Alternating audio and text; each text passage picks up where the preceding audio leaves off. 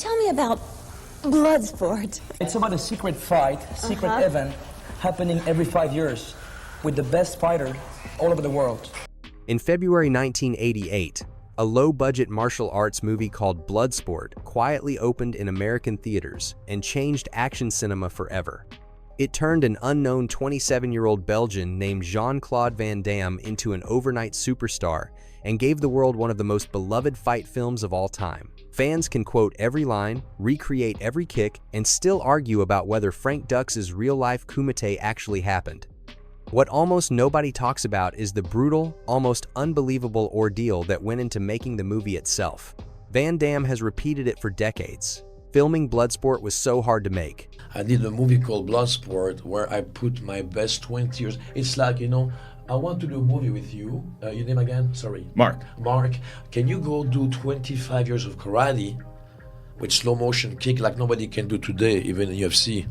I can spar with all of them. I'm not on the ground, but my legs, nobody can see them coming, okay? I get that knee, slow motion, too many years, like a dancer, right? Right.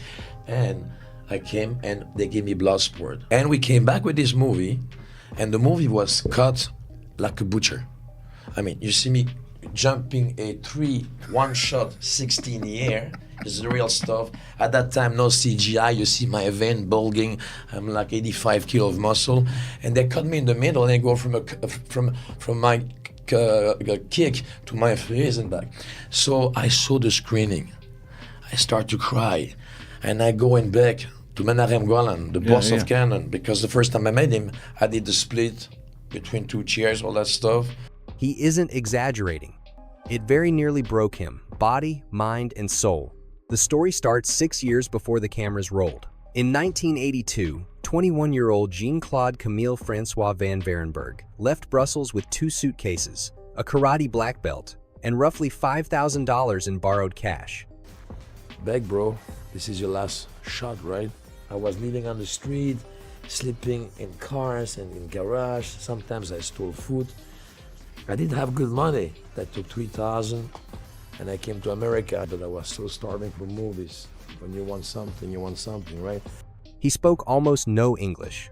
For the first few years in Los Angeles, he lived the immigrant nightmare, sleeping on friends' floors, delivering pizzas for Chuck E. Cheese, and getting laughed out of every casting office in town. Too European, can't act. Just another muscle guy. He changed his name to Jean-Claude Van Damme because it sounded more American, shot homemade demo reels of himself, doing full splits between chairs, and kept knocking on doors.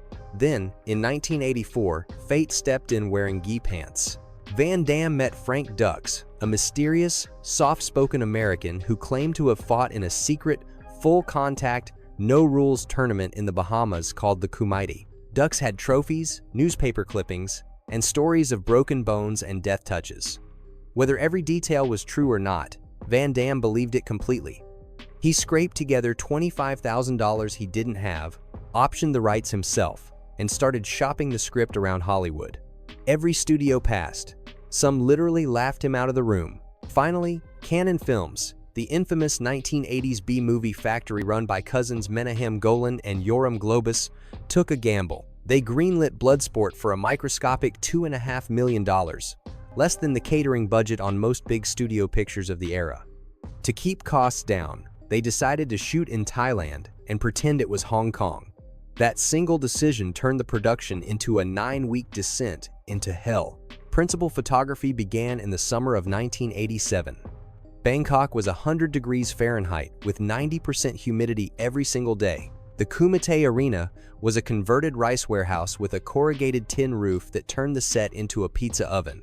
There was no air conditioning anywhere, not on set, not in the crew vans, not in the $3 a night guest house where Van Damme slept on a mattress crawling with cockroaches. Canon refused to pay for professional stunt doubles for the star, so Van Damme did everything himself.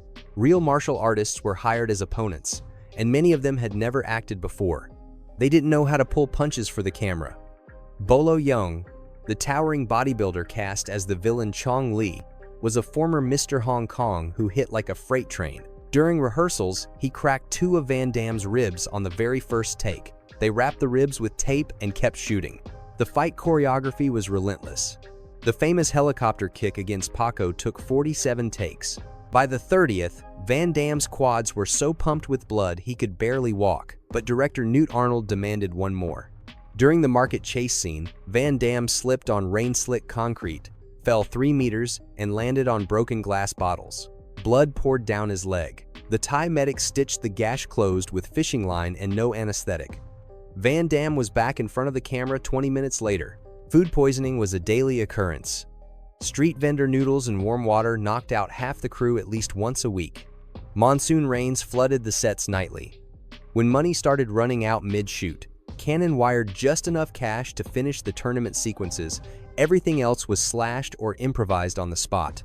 Extras wore the same clothes 3 days in a row and changed wigs to play different characters. Van Damme trained 10 to 14 hours a day on top of filming because he knew this was his one shot. He sent whatever tiny paycheck he earned straight to his pregnant wife Gladys back in Los Angeles. I was paid $25,000 for Bloodsport, and then it was $50,000 for the next one, was Cyborg, and $75,000. But when I received that movie, they put the movie on hold for another 1 year. Oh.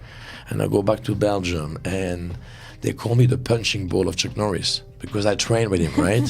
Yeah. Some nights he climbed to the roof of his guest house, stared at the lights of Bangkok, and cried. He was 5,000 miles from home, injured, exhausted, and terrified the movie would flop and he'd have to go back to delivering pizzas. Twice during production, Cannon executives tried to fire him and replace him with a real American star like Chuck Norris or Michael Dudikoff. Only when rough footage leaked and martial arts fans went wild did they lock Van Damme in for good. The final fight with Bolo Yeung took 16 straight hours to film. By 4 a.m., both men were barefoot on splintered plywood, dehydrated, bleeding from the mouth, and running on fumes. After Van Damme blinded Chong Li with the white powder and collapsed victorious, the crew had to carry him off set on a door because there was no stretcher. When filming finally wrapped, Cannon almost dumped the movie straight to video. Test screenings saved it. Audiences screamed, cheered, and demanded it get a theatrical release. Bloodsport opened on February 26, 1988, made $50 million worldwide on a $2.5 million budget, and launched Van Damme into orbit. He was suddenly famous, but the scars, physical and emotional, took years to heal. In interview after interview over the decades, Van Damme has called Bloodsport the hardest thing he ever did in his life. Harder than the cocaine addiction that nearly killed him in the 1990s. Harder than any real tournament he ever fought. People see the glory, he says. They don't see the nights I sat alone in that heat, thinking I failed my family, thinking I would die unknown. Bloodsport wasn't just a movie. For Jean-Claude Van Damme, it was the real Kumite, the brutal, secret, no-rules fight he had to win to become the muscles from Brussels. And he did it with broken ribs, stitched legs, an empty wallet, and a dream no one else believed in. That's why, nearly 40 years later, the film still hits so hard. Every frame is soaked in real pain, real hunger, and real heart. The Kumite was never in the Bahamas. It was in a sweltering warehouse in Bangkok, and only one man walked out a champion.